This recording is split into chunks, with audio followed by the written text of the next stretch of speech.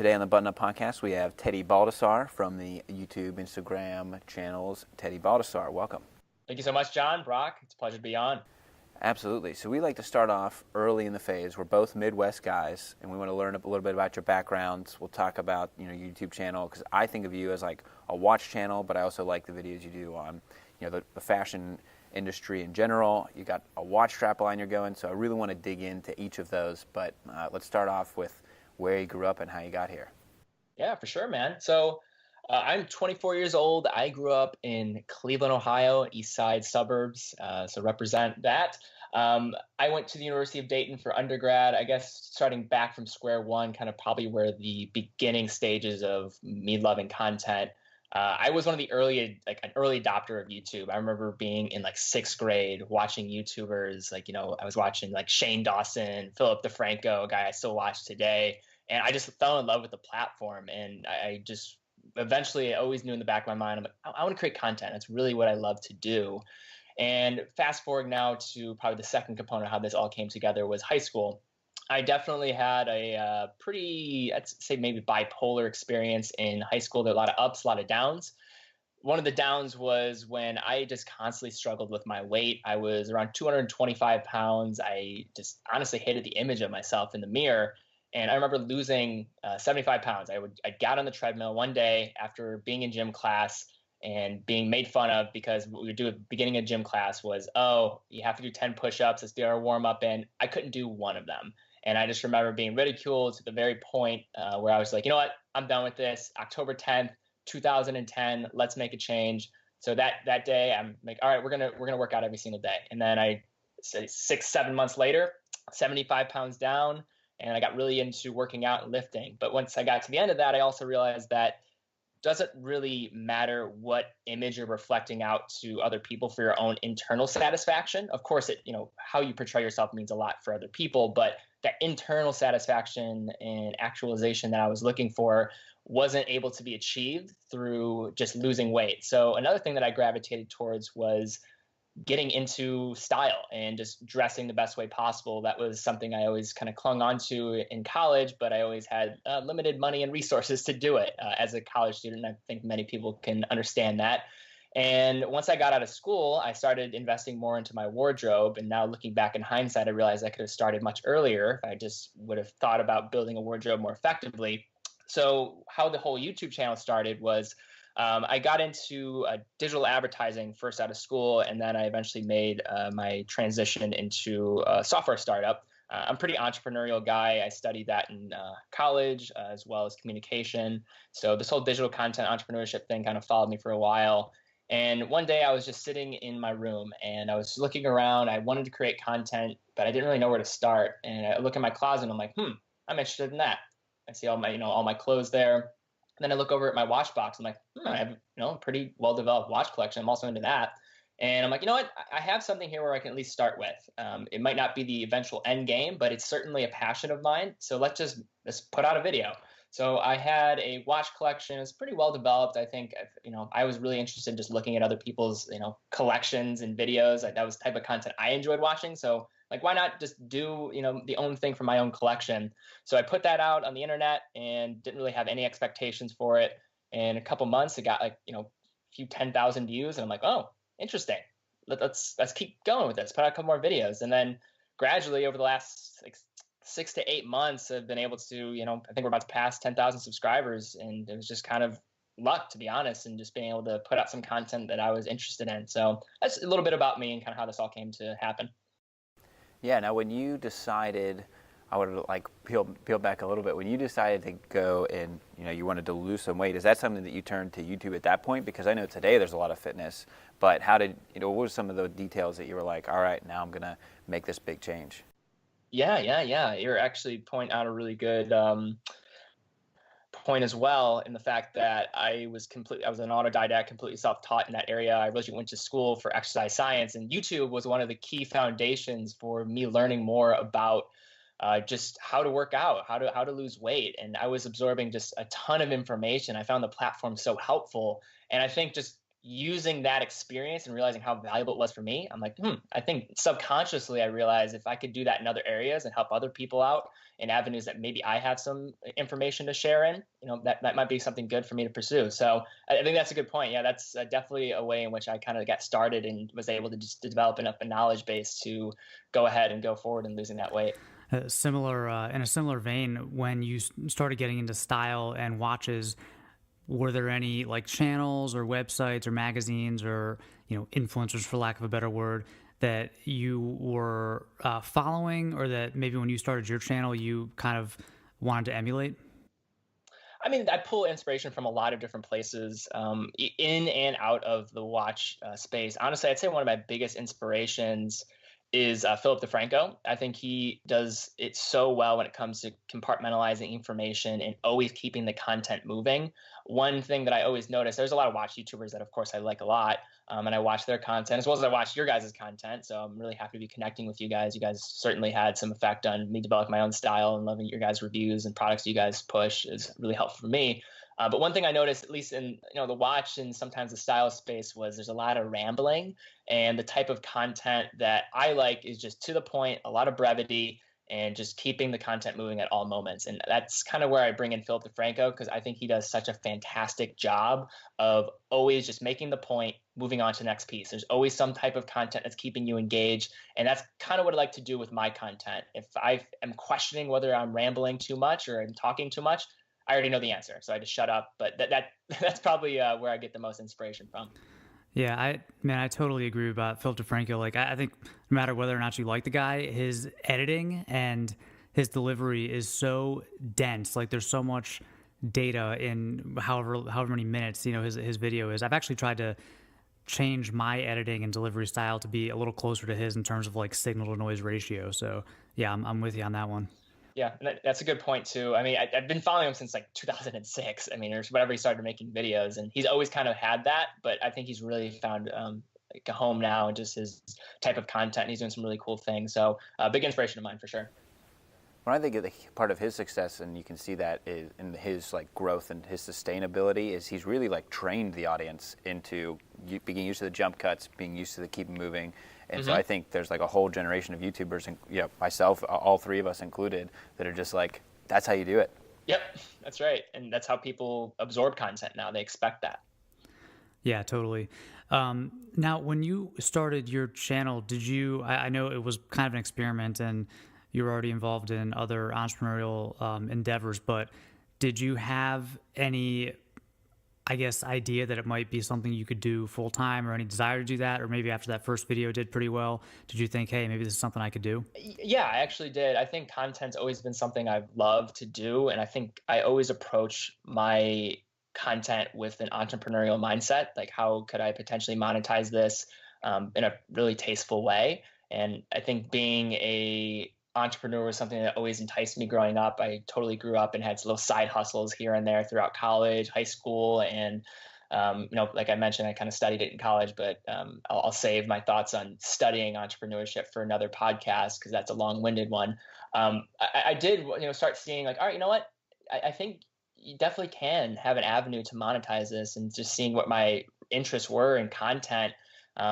As things started progressing, and it's happened so quick, like it's hard for me to kind of take a step back sometimes in like the last 6 months, and getting a little engaged following.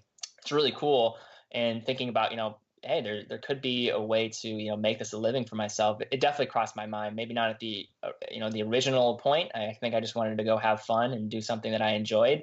But whenever you can find a way to monetize your passion, I think that's the dream that a lot of people have, and it's starting to kind of come true for me, and kind of what I see in the near future. Yeah, and it seems like for your channel, the production quality and the way you were running the channel, even like when you reached out to me for that interview, it was kind of a professional level of production and like channel management right out of the gate, which a lot of times you don't see. So it seems like maybe you did some planning, or did you do a lot of planning or like learning about the gear and before you actually started? I mean, not really. I think it's just always been, I'll say this. I did try to start a YouTube channel when I was in college. It was really cringy. It was all about like motivation. I mean, I remember one that comes to my mind where I made a video about like, oh, where's the wealthiest place in the world, and I'm like in this graveyard with like a $200 camcorder. It's really cringy. It's set private on the channel that I have right now.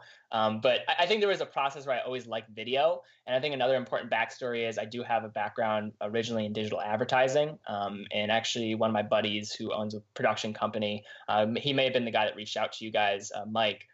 He's kind of consulted with me a little bit about it, but really all I know in terms of building up a channel is I wanted to have the same approach that I would have in my data endeavors that I do with my channel. I think it's a professional way to do it. If you're trying to grow a channel quickly, I think that is the only way to do it.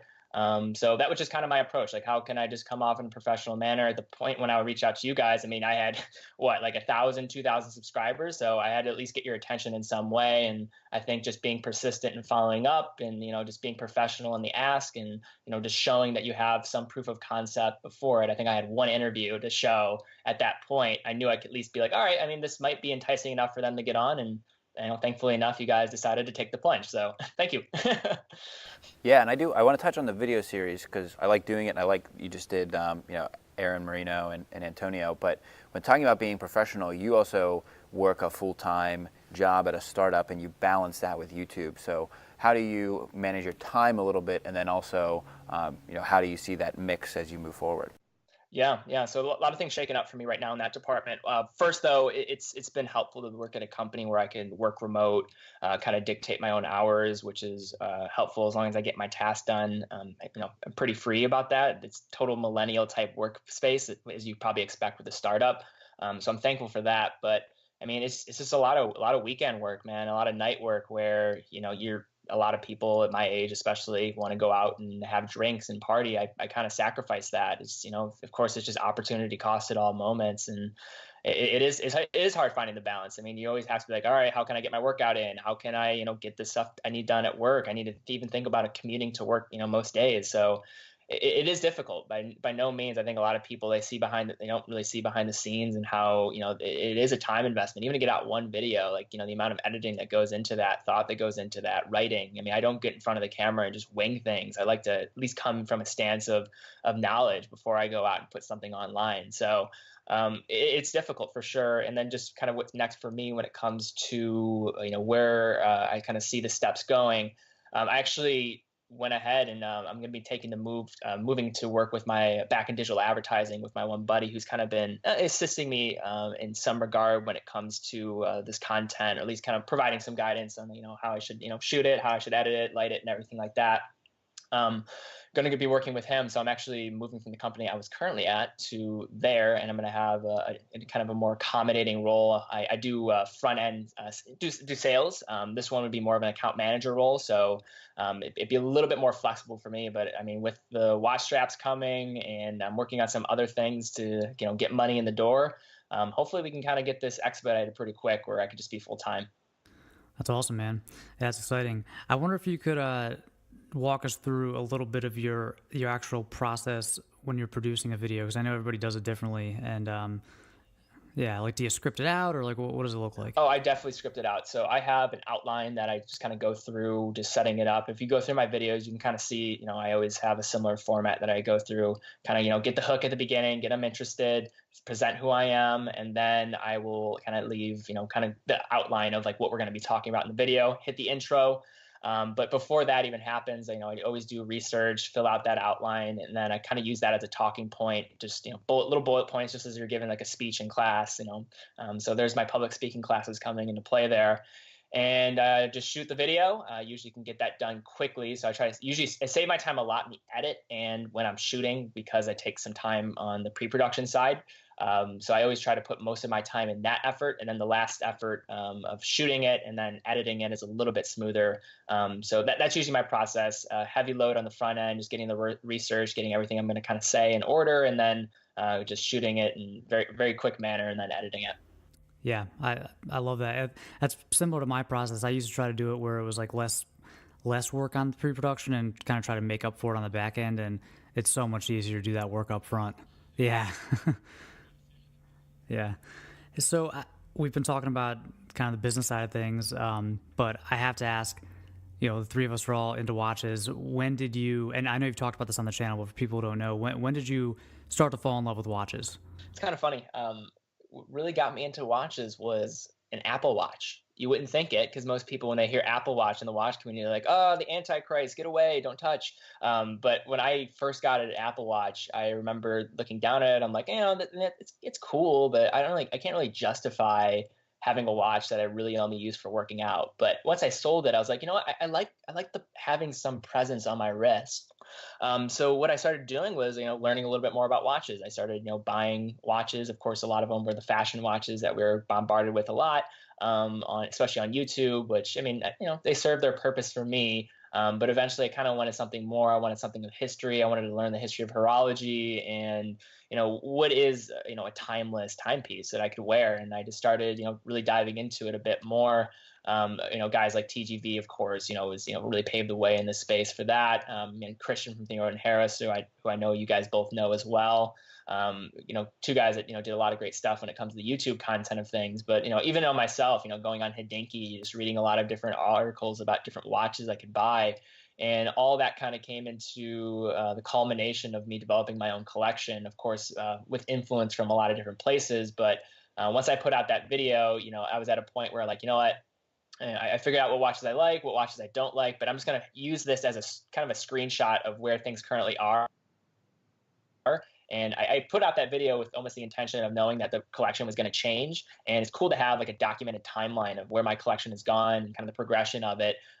So it kind of all started with the Apple Watch and just fashion watches, which a lot of people, I think, in the space don't suspect.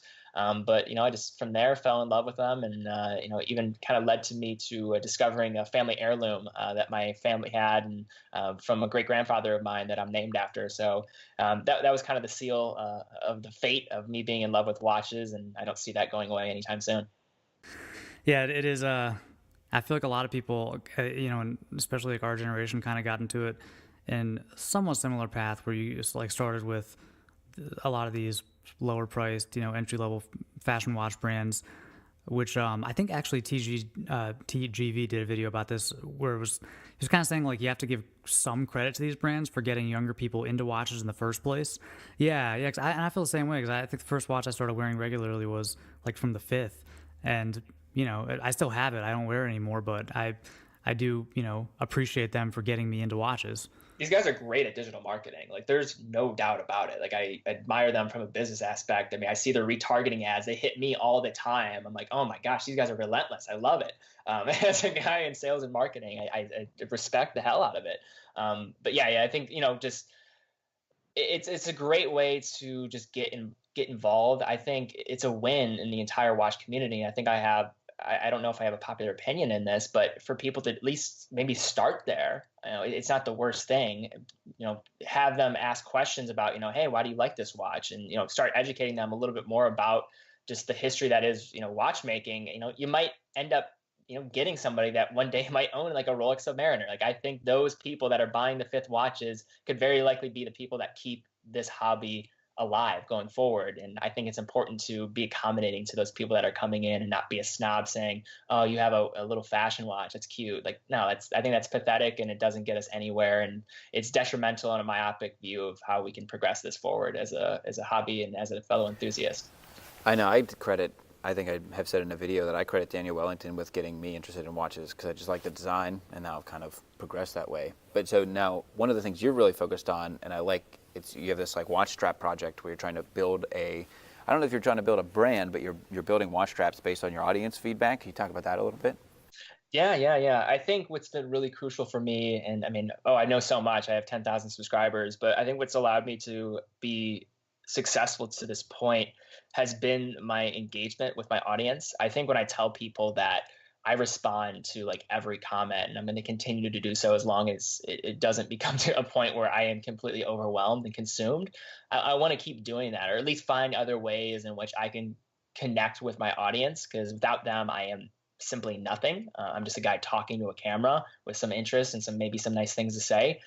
So one thing I started doing was I wanted to find avenues of getting money in the door. I didn't want to have to just sell out completely yet in terms of just promoting products maybe I wasn't as crazy about. And when you're first starting, it's really difficult to even say no to anything. So I was in a comfortable point in which I was like, all right, I'm not starving. I have a job. I can, help promote this channel and promote myself. I don't have a wife to take care of. This is fine. I can handle this. So I started by positioning the watch straps as a way to get revenue, and honestly, I did it first because I wanted feedback. I think if you're trying to find your value proposition in a market and figure out your market fit, you need to talk to the customers. So those customers happen to be my followers and my viewers. So of course I wanted their feedback. It just seemed like second nature to ask people before I put thousands of dollars into researching and putting in orders with different manufacturers with these straps, that I would at least get some feedback on what people like and what people don't like, because they're going to be the potential buyers of it. So that was just kind of my approach. I put together, like little forums and got feedback. I mean, it was just simple pictures I took with my iPhone. It was nothing crazy, but I mean, from that, I was able to get some pretty good information and know where to start. So I don't really see a lot of people doing that, which is kind of puzzling to me. I can tell you that my day job, I work for a company that we're all about getting the voice of the customer into developing products. So like that whole thing is totally the way that the market should be moving. But what have you learned from that? And are you going to be ordering some straps soon and setting up a Shopify? Oh yeah, it's going to happen. It'll be up probably in the end of summer. Probably be launching with I would say like 5 to 6 different types of straps to start. It's definitely a little bit of an investment on my end to get it going. I'll get a website up and running pretty quickly, and going to be getting some really good video footage, professional video footage done of the straps. I mean, I want people when they come on the site to be like, "Whoa, man, this is really well done." I mean, just even up from what my YouTube content is, and I have some big plans to kind of continue to up that. So that's moving along really quickly. The order's in. We're just waiting for the manufacturers. A lot of them are overseas, like in Europe, and some I've been dealing with some Asian partners as well to kind of get a different variety of straps and price points. So that's coming right along. So you guys should, if everything goes to plan, be seeing that probably like in August or so, maybe September at the latest. Very cool. Physical products, that's always the logical step to to grow with the audience. Well, then the last thing though is you've been doing this interview series, which is how we met, and you had Brock on there, but you also had Alpha. You had the two biggest guys in this space. So what sparked that, and wow, who else is coming on? So right now we have a couple people planned, but like you mentioned, I have the two biggest people in the space already on the channel. So got to start getting just in more interesting people, maybe even outside of YouTube, thinking of other ways to collaborate outside of just interviews. But that idea started really from my love of networking and also trying to just build credibility within my own brand. One first was, I guess I probably should just kind of backtrack when I say I love networking. I remember one of the key conversations I had when I was in college with one of my mentors. He told me, and I was like telling this story. He looks at me. He's like, Teddy, you should have 52 cups of coffee a year. And as a guy who just loves caffeine, I'm like, are you crazy? That's not enough to get me through like 2 weeks. But his point was, you should be meeting somebody new every single week. So I looked at him like, wow, that's a great idea. So what I did during that time was I just met somebody new in high school or in college every single week, and it was just people that I thought were interesting, were leaders in their field, and it allowed me to really build up a network of individuals and also kind of develop credibility within myself and be able to associate myself with those individuals.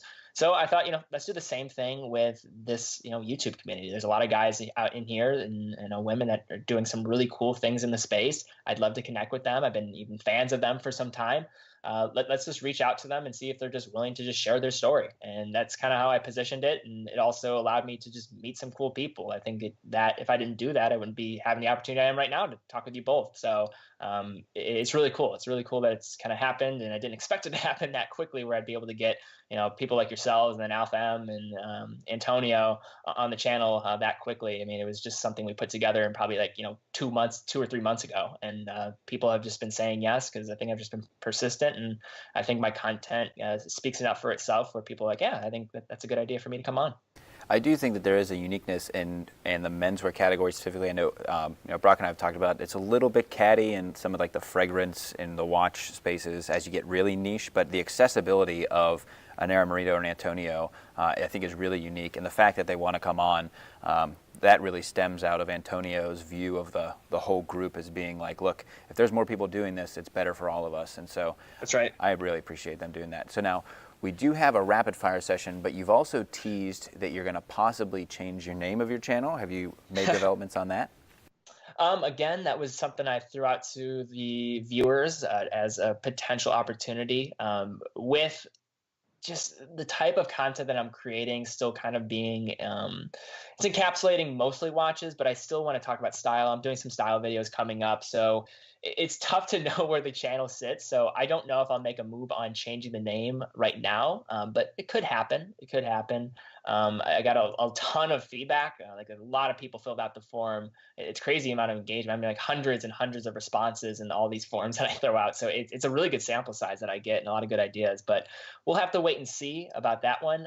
The other difficult thing is, when is this going to be my personal brand forever? Like, is it watch is it? Is style it? Like, I don't know. I don't know if that's going to, is it good for me to change it? And then also I have, potentially a product line coming out as well. Like, there's also some brand identity issues that come with that. Should it be its own product line? Should it be associated with the channel? So a lot of things to think about. I don't know if I'm ready to make a decision on it, but it's something, of course, you have to actively think about as we're going forward here. Absolutely. And just for some context, one of the guys that we're connected with, Carl Morawski, he used to be New England Style Consulting. He went from the channel being New England Style Consulting to Carl Morawski because that's the way that he. So it's always funny to kind of see how those things change around. Mm-hmm. So we have a session called Rapid Fire. So it's just like quick questions, 1 or 2 word answers, as quick as you go. Are you ready for this? Oh, let's do it. I'm caffeinated. All right. Oxfords or Brogues? Oxfords. Morning shower or evening shower? Both. Both. Your favorite Bond actor? Ooh. Let's go Daniel Craig. Oh, nice one. Cardio or lifting? Both. You got to do both. Okay. Loafers or sneakers? Sneakers. Navy suit or charcoal suit? Oh man, I'd go Navy. Navy. Okay. What's the last book you read? Last book I read was a book called The Charisma Myth. It's a book about unlocking your charisma as an individual. It's really interesting. I think when a lot of people think about charisma, they think of it as, and now I'm going in more question or more than I probably should be talking, but it's a really interesting idea about unlocking your charisma. It's something that you can teach yourself, not something you're essentially just given at birth. Oh, I like that. All right, last one. If you're getting in the shower and you want to get yourself pumped up, like for the start of the day, what's the song you're playing? It's always changing. Let's see. Probably some 50 Cent. Let's go back to my grade school days where I peaked and I'll just listen to 50 Cent all the time. Yeah, partying the club. Well, is there anything that you can share with us that, I guess we've kind of talked about a lot of this, but that you're excited about for the next, 6 to 12 months on the channel or in your life? I think the biggest thing for me is just developing the product line with the watch straps. I'm also working on developing a watch potentially. So that's another thing that's probably longer outside the 12 months, but just something coming on. You guys kind of got the first little peek at that. I haven't made that clear to anybody yet. So there you go. And then, I think it's just all movement forward. It's just as much effort as I can possibly do to get, as much content out, just being as connected as I can with my audience and just growing the channel as, we're just finding new ways to engage and potentially just develop new products that can, just help my audience and what they want to do. So that's pretty much it for me, guys. But I really appreciate you guys having me on. It was a pleasure to have you on my channel and always happy to connect here. Fantastic. Well, there's a nice little tease for you. Everybody can check out Teddy Baldassare on his channel, and you can even see when Brock and I were on there as well if you want to dive in a little bit further. But congratulations on the success, Teddy, and we look forward to checking out your straps and watching you grow.